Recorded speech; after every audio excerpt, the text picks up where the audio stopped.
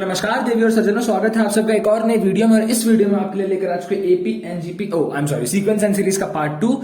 Sequence and series के part 1 में हम ऑलरेडी एपी डिस्कस कर चुके हैं। इस पार्ट में हम एपी का एक बहुत ही स्मॉल सा कंसेप्ट डिस्कस करेंगे और ये क्लास 12 के बोर्ड के सिलेबस में नहीं है। This is a part of JEE Main syllabus. IPMAT में आई डोंट थिंक सो कि इसको आना चाहिए, बट छोटा सा कंसेप्ट और बहुत ईजी कंसेप्ट है तो हम बता देते हैं। और इस कंसेप्ट को बताने के बाद will directly move on to geometric progression.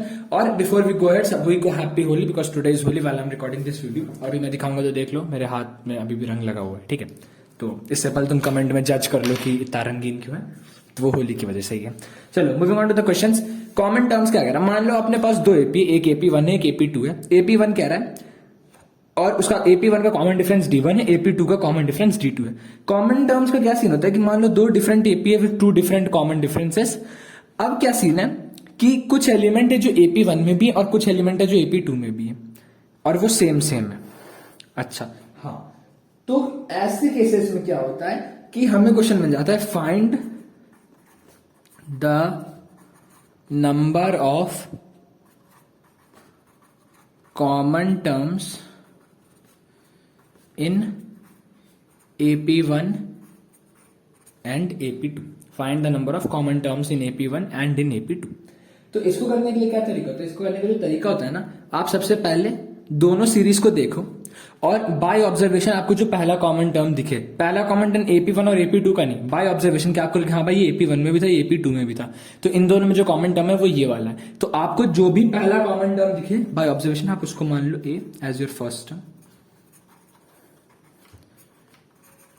This can only be founded by observation, ठीक। और अब आपको अगर सर D कैसे मानते हैं, तो D को मारने का तरीका होता है LCM of D1 and D2, ठीक। जो D1 D2 का एलसीएम आएगा उसको D मान लो, पहला टर्म A आ गया। अब जो आपकी सीरीज बनी ना A plus D, A plus 2D and so on, this series is your series of common terms between AP1 and AP2। ये देखो रंग कॉपी पे भी लग गया, थोड़ा सा दिख नहीं रहा होगा वीडियो में। Series of AP1 and AP2 के कॉमन टर्म्स का, राइट। ये जो सीरीज आपके पास बनी है, this is a series of the common terms that are between AP1 and AP2। Okay, चलो अभी समझ में थोड़ा सा कम आया होगा, एक क्वेश्चन बताता हूं उसके बाद आ जाएगा, ठीक है। हाँ जी, तो ये है अपना क्वेश्चन। अपने को दो सीरीज दी गई है, एक AP1 है, एक AP2 है। AP1 है 3, 7, 11, 15, 19, 23 की। AP2 है 2, 9, 16, 23 की। पहली चीज क्या थी, मैंने कहा था ऑब्जर्वेशन के थ्रू हमें अपना फर्स्ट टर्म निकालना। और क्वेश्चन कह रहा है find number of common terms, मतलब कितने टर्म्स कॉमन है। तो मैंने देखा सबसे पहला ऑब्जर्वेशन के थ्रू कि 23 और 23 दोनों में आ रहा है, तो मेरा A क्या बन गया 23। अच्छा, मेरा D क्या होगा? मेरा D होगा LCM of D1 and D2, right. हाँ जी, तो D1 क्या है? D1 इज 4 का डिफरेंस, 3, 4, 7, 4, 11, 4, 15, तो D1 इज 4। AP2 क्या है? यानी D2, 2, 9, 16 यानी 7 का डिफरेंस, तो D2 इज 7, राइट। तो अपना एलसीएम क्या है D1 D2 का? 4,7 का एलसीएम दैट इज 28। तो मेरा D बन गया 28। तो माई series is 23 plus 28 that is 51 plus 28 that is 79 and so on so on so on. अच्छा, अब कहोगे सर n निकालने के लिए हमें लास्ट टर्म तो चाहिए, क्योंकि और तो कोई फॉर्मूला हमें पता नहीं है। Last term is A plus n minus 1 into D। हाँ जी बेटा जी, हमें लास्ट टर्म तो पता होना चाहिए।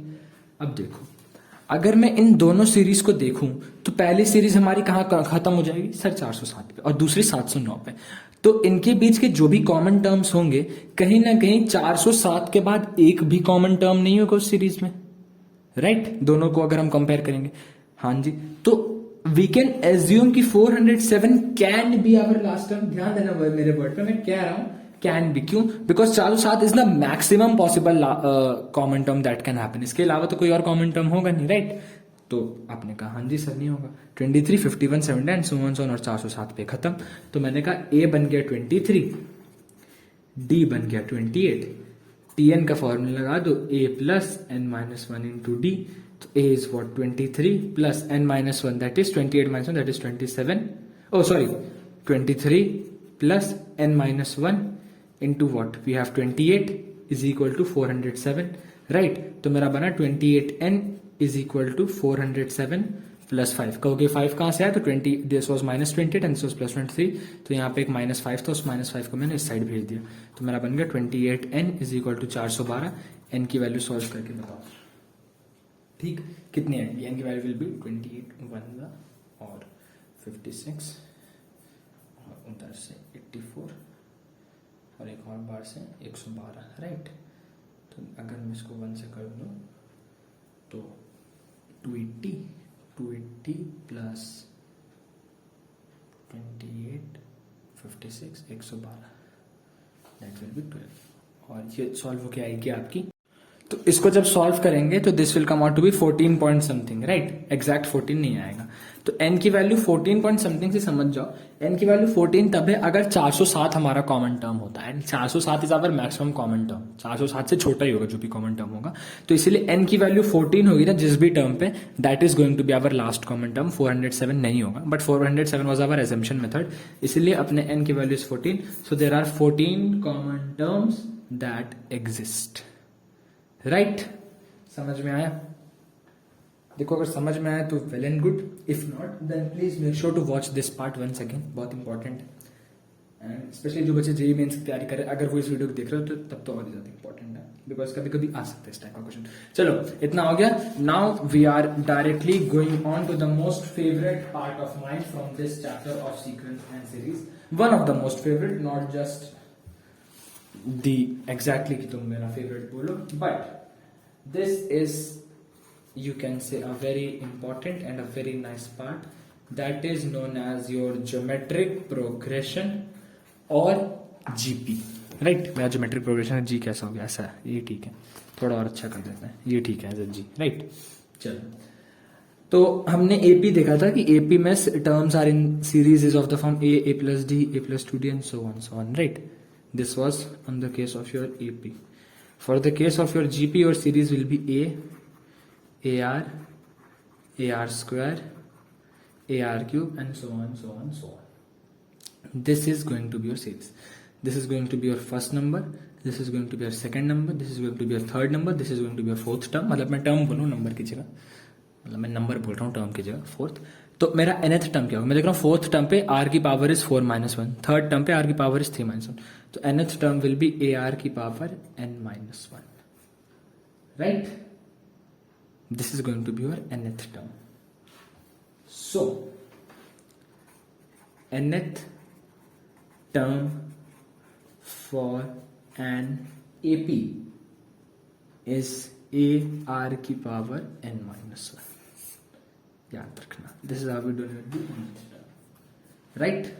अच्छा nth टर्म बताओ सर, ये कॉमन टर्म्स, कॉमन, इसमें कॉमन डिफरेंस नहीं होता, इसमें कॉमन रेशियो होता है। कॉमन रेशियो क्या होता है, AP में हम कैसे निकालते थे, T2 - T1 is equal to T3 - T2 is equal to T4 - T3, ऐसे करते करते हम कॉमन डिफरेंस निकालते थे, राइट।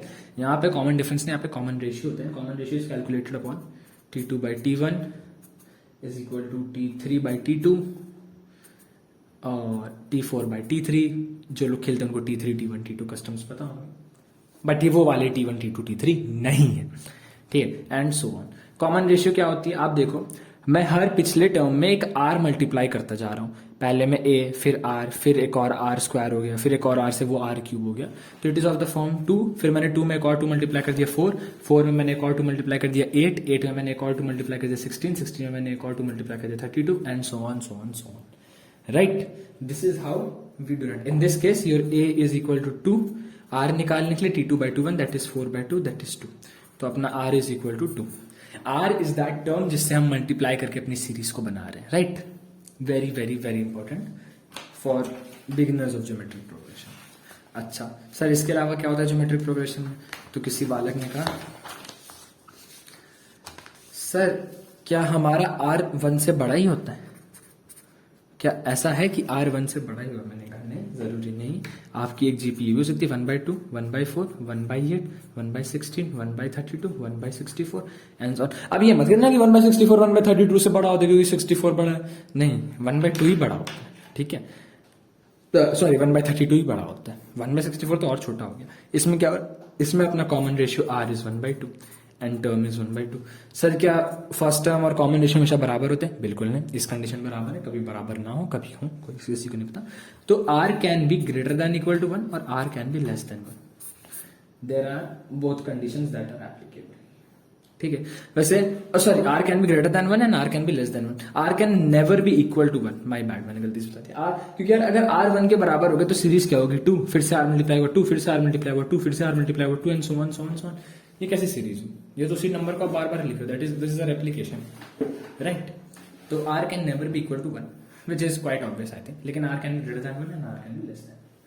अच्छा सर आपने एपी में सम ऑफ सीरीज बताया था, इसमें भी होता है? हाँ, इसमें भी सम ऑफ होता है। इसमें सम होता है, मान लो सीरीज है A plus A R square plus A R cube and so on up till A R की power n minus 1, right? First term, second term, third term and so on. First term is A, फिर A R square and A R cube and so on. इनका हमें सम करना है। इसका सम करने का तरीका ए आर की power n minus 1 upon R minus 1 and A into 1 minus R की power n upon 1 minus are.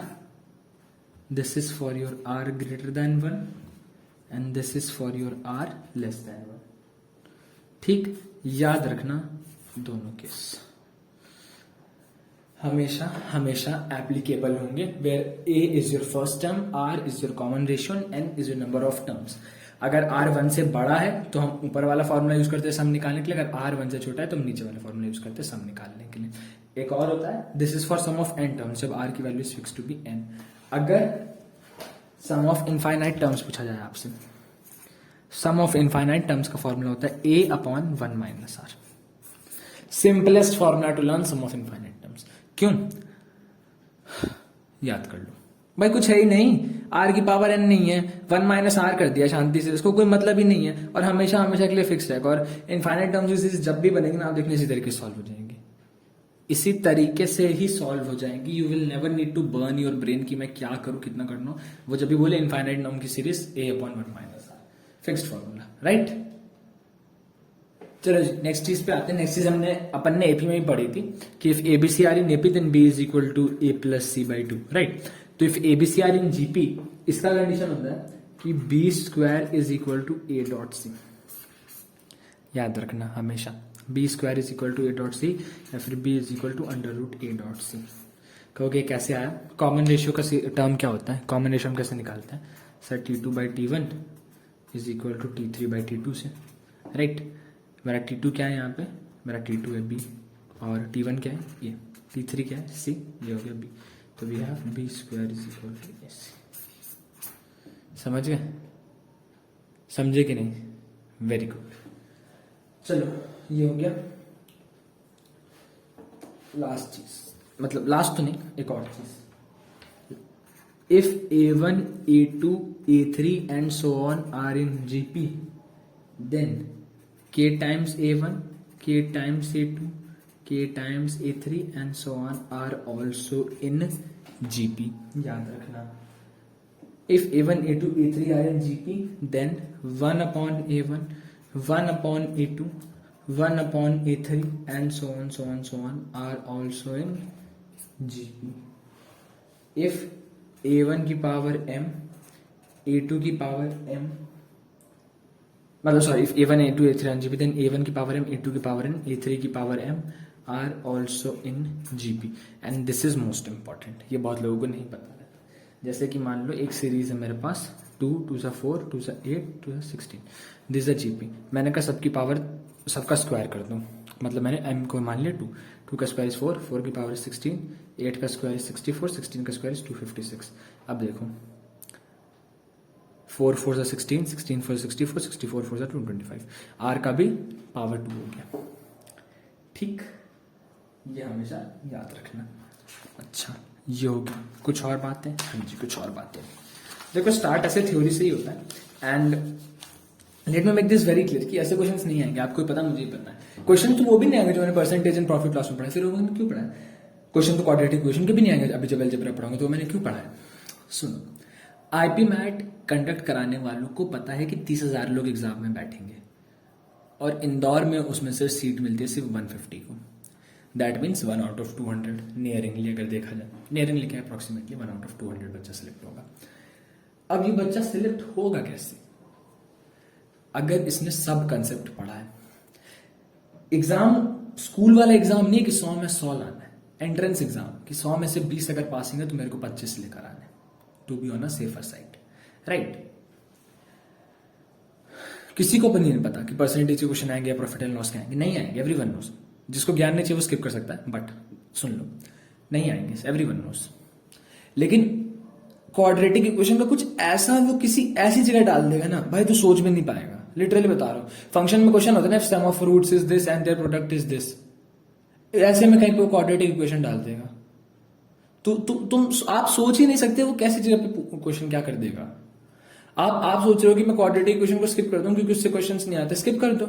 जब लाइन्स एंड एंगल वो उस पे आऊंगा ना, स्ट्रेट लाइंस पे आऊंगा, जब कोऑर्डिनेट ज्योमेट्री पे आऊंगा, देख लेना क्वाड्रेटिक इक्वेशन पूरी पूरी लग जाएगी। ठीक है, बहुत लोग क्वाड्रेटिक इक्वेशन नहीं पढ़ते, बहुत से क्वेश्चन नहीं आते। उस दिन एपी वाला क्वेश्चन कराया था, आ गया था कि नहीं उसमें क्वाड्रेटिक इक्वेशन, जिसको नहीं आई वो बैठा रह जाएगा। तो there is no important chapters, there is not even important weightage, there is just one thing, important concept. तो कॉन्सेप्ट पढ़ते जाओ, राइट। चलो बहुत हो गया ज्ञान की बात, बट ज्ञान की बातें बीच में बता देते तो तुम लोग थोड़े सीरियस रहोगे, मोटिवेशन रहोगे, वरना ऐसे तो मजाक में ही रहोगे। चलो next, if 3 terms are in GP तो it is denoted by A by are, A R. If 4 terms are in GP, ओ मैं ब्लैक से लिख रहा हूँ, सॉरी, बता दिया करो भैया। If 4 terms are in GP then it is denoted by A by are square, A by are, A r, right. सही है? नहीं गलत है? नहीं सही है। या फिर और एक और है, A by R cube, A by are, A R and A R cube. ये भी, ये वाला ज्यादा बेटर है। वाई? इसको भूल जाओ, बिकॉज जिस पावर से यहाँ पे स्टार्ट हो उसी पावर से यहाँ पे भी है, तो इसलिए हम इस वाले को ज्यादा कंसिडर करते हैं। वी एज्यूम ना कि जब भी हमारे 4 टर्म्स होंगे या 3 टर्म्स होंगे तो सारे आर कैंसिल हो जाएंगे, राइट। आप देख रहे हो यहाँ पे या यहाँ पे सारे आर कैंसिल हो जाएंगे, इसलिए हम इसको मान लेते हैं ताकि जब उनका प्रोडक्ट दिया जाए तो हमें आसान नहीं होगा। अच्छा, अगर 5 टर्म्स इन जीपी है, 5 terms are in GP, then we have A by are square, A by are, A R square. This is used for 5 terms in a GP, right. चलो वेरी गुड, इतना अगर समझ में आ गया। एक और चीज, this is going to be very important. चलो this is also very important, ये भी एक टाइप का जीपी का ही सीरीज इसको कंसिडर करा जाता है, right. Why it is considered as a GP का सीरीज? बिकॉज इसमें भी देख लो एक कॉमन डिफरेंस आएगा, और हाँ एक कॉमन रेशियो आएगा, सॉरी कॉमन डिफरेंस तो एपी में तो कॉमन रेशियो आएगा, और वो मेंटेन्ड रहेगा।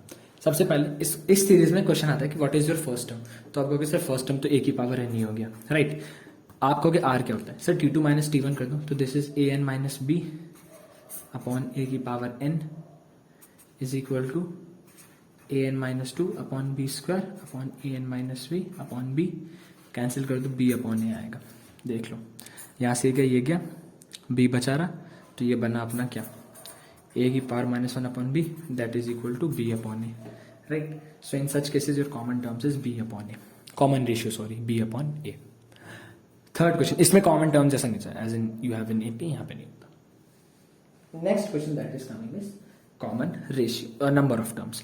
नंबर ऑफ टर्म्स देखो, सेकेंड टर्म पे बी की पावर क्या है, सर 1, थर्ड टर्म पे बी की पावर क्या है, सर 2, तो बी की जो भी पावर है उससे एक टर्म ज्यादा होगा, राइट।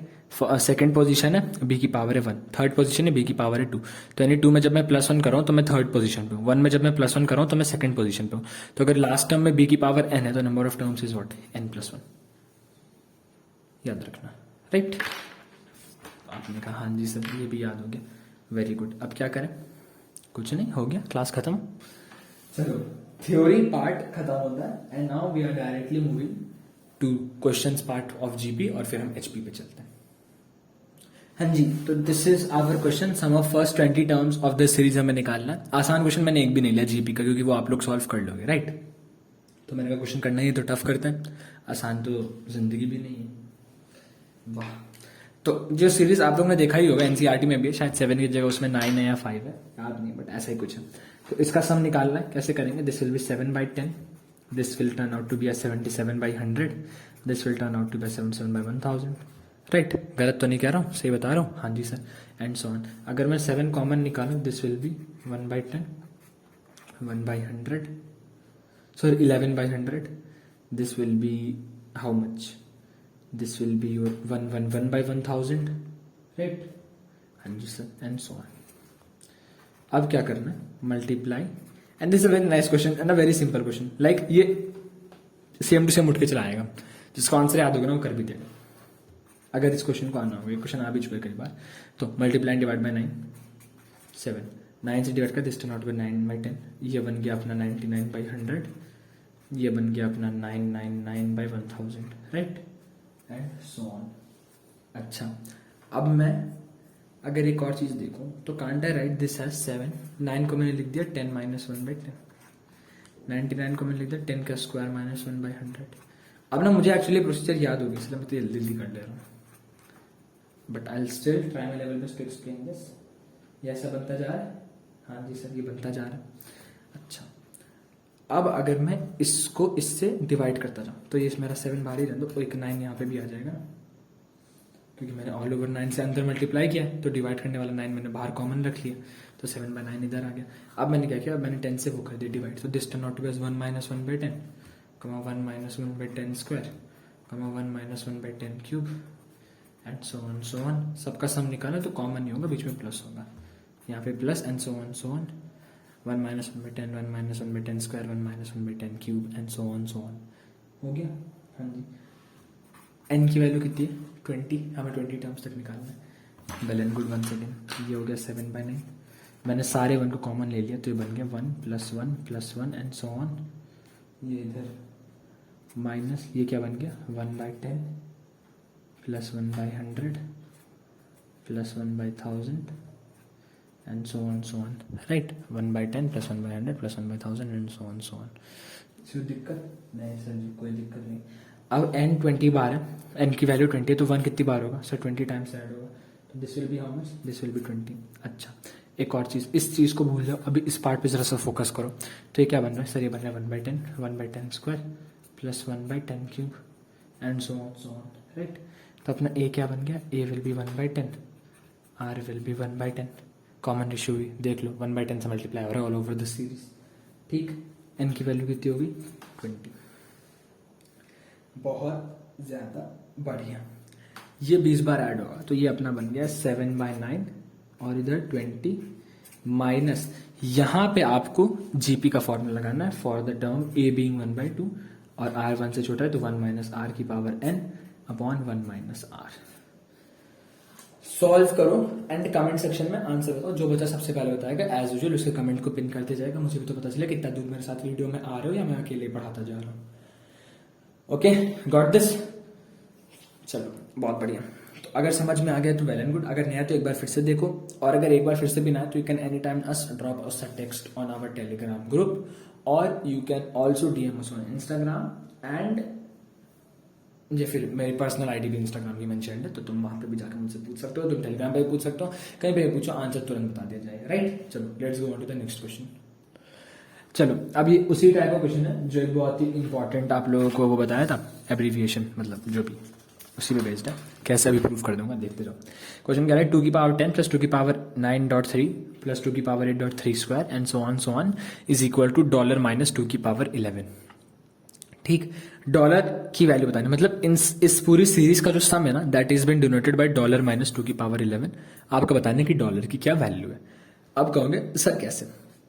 ए की वैल्यू क्या होगी सर? 2^10, राइट? बी की वैल्यू क्या होगी sir? 2^9.3 upon 2^10, sir 3/2, this is your B की वैल्यू, राइट? सर अब मैं एन की कैसे निकालूं? मैंने कहा था जो भी बी की पावर होगी, ये आर हो गया ना, हाँ, जो बी की पावर होगी that +1, that is 10 + 1 is equal to 11। अब यहाँ देखते जाओ, अब इस चीज पे ध्यान दो, ए की पावर n -1, ओ दिख ही नहीं रहा, थोड़ा इधर करो। अब ध्यान दो, a की पावर n -1 b, a की पावर n -1 b, ए की power n minus two B square, A की power n minus two B square, A की पावर n, ए की पावर n, लास्ट टर्म दोनों में b की पावर n। ए निकालने का तरीका a की पावर n, r निकालने का तरीका b अपॉन a, n निकालने का तरीका n प्लस वन, मतलब 10 प्लस 1 11, राइट। वेरी गुड, चलो very important and easily done. अब क्या करूं सर? कुछ नहीं, अब क्या है, r पता ही है 1 से बड़ा है, a पता ही है, a टाइम्स r की power n minus 1 upon r minus 1। So what is your a? Sir my a is 2 की power 10, the sum of the series के अकॉर्डिंग 2 की पावर 10 इंटू r की पावर n, दैट इज 3/2 की power 11 minus 1 upon r minus 1, that is 1/1 minus r कितना है? r is your 3/2 ना, that means 3/2 minus that is 1/2, right. हाँ जी sir. अब sir जी क्या करो? अब सर जी एलसीएम ले लो आप। तो दिस इज 2 की पावर 10 एंड दिस इज 3 की पावर 11 माइनस 2 की पावर 11 अपॉन 2 की पावर 11 अपॉन 1 अपॉन 2, एंड ये इधर एंड ये इधर। तो this turn out to be 2 की पावर 11 इंटू 3 की पावर 11 माइनस 2 की पावर 11 अपॉन 2 की पावर 11 अगेन, राइट। इससे कैंसिल हो गया। लास्टली बचता है 3 की पावर 11 माइनस 2 की power 11। According to the question हमें दिया गया था कि the sum of this series is dollar is equal to 3 की पावर 11 माइनस डॉलर माइनस 2 की पावर 11, 2 की पावर 11 2 की पावर 11 कट गया, डॉलर की वैल्यू इज 3 की पावर 11। समझे? बहुत इजी और बहुत सही क्वेश्चन। ए निकाला, आर निकाला, एन निकाला, फॉर्मूला पुट के ए आर की power N minus 1 upon R minus 1, 2 की पावर 10 ए बाहर, आर 3 की पावर 2 की पावर 11 माइनस 1 अपॉन 1/2 पुट करा, 3 की पावर 11 माइनस 2 की पावर 11 एलसीएम लेके खोल दिए, 2 की पावर 11 नीचे और नीचे 1/2 था ही। फिर मैंने रेशियो में पहले बताया था, इसको इधर कर दो, इसको और ऊपर भेज दूं, तो ये बना 3 की पावर 11 माइनस 2 की पावर 11, यहाँ से जो 2 था वो मैंने इधर भेज दिया मल्टीप्लाई करने के लिए, तो वो बन गया 2 की पावर 11। एक 2 की पावर 11 दूसरे 2 की पावर 11 को खा गया, बचता है 3 की पावर 11 माइनस 2 की पावर 11। फिर मैंने डॉलर का सिंबल निकाला, दैट इज 3 की पावर 11, क्योंकि क्वेश्चन दिया था कि sum of this series will come out to be as dollar minus 2 की पावर 11, राइट। आया समझ में? बहुत बढ़िया, चलो नाइस। हाँ जी, तो after doing AP, after doing GP, now we are going towards harmonic progression HP. I know video थोड़ी बड़ी हो गई, तो इसलिए हम बस स्टार्टिंग ऑफ हार्मोनिक प्रोग्रेशन करेंगे और नेक्स्ट वीडियो में हम हार्मोनिक प्रोग्रेशन और आगे कंटेंट लेकर स्टार्ट करेंगे। तो हार्मोनिक प्रोग्रेशन होता क्या, आप में से बहुत लोगों को पता भी होगा, जिनको नहीं पता बता दूं।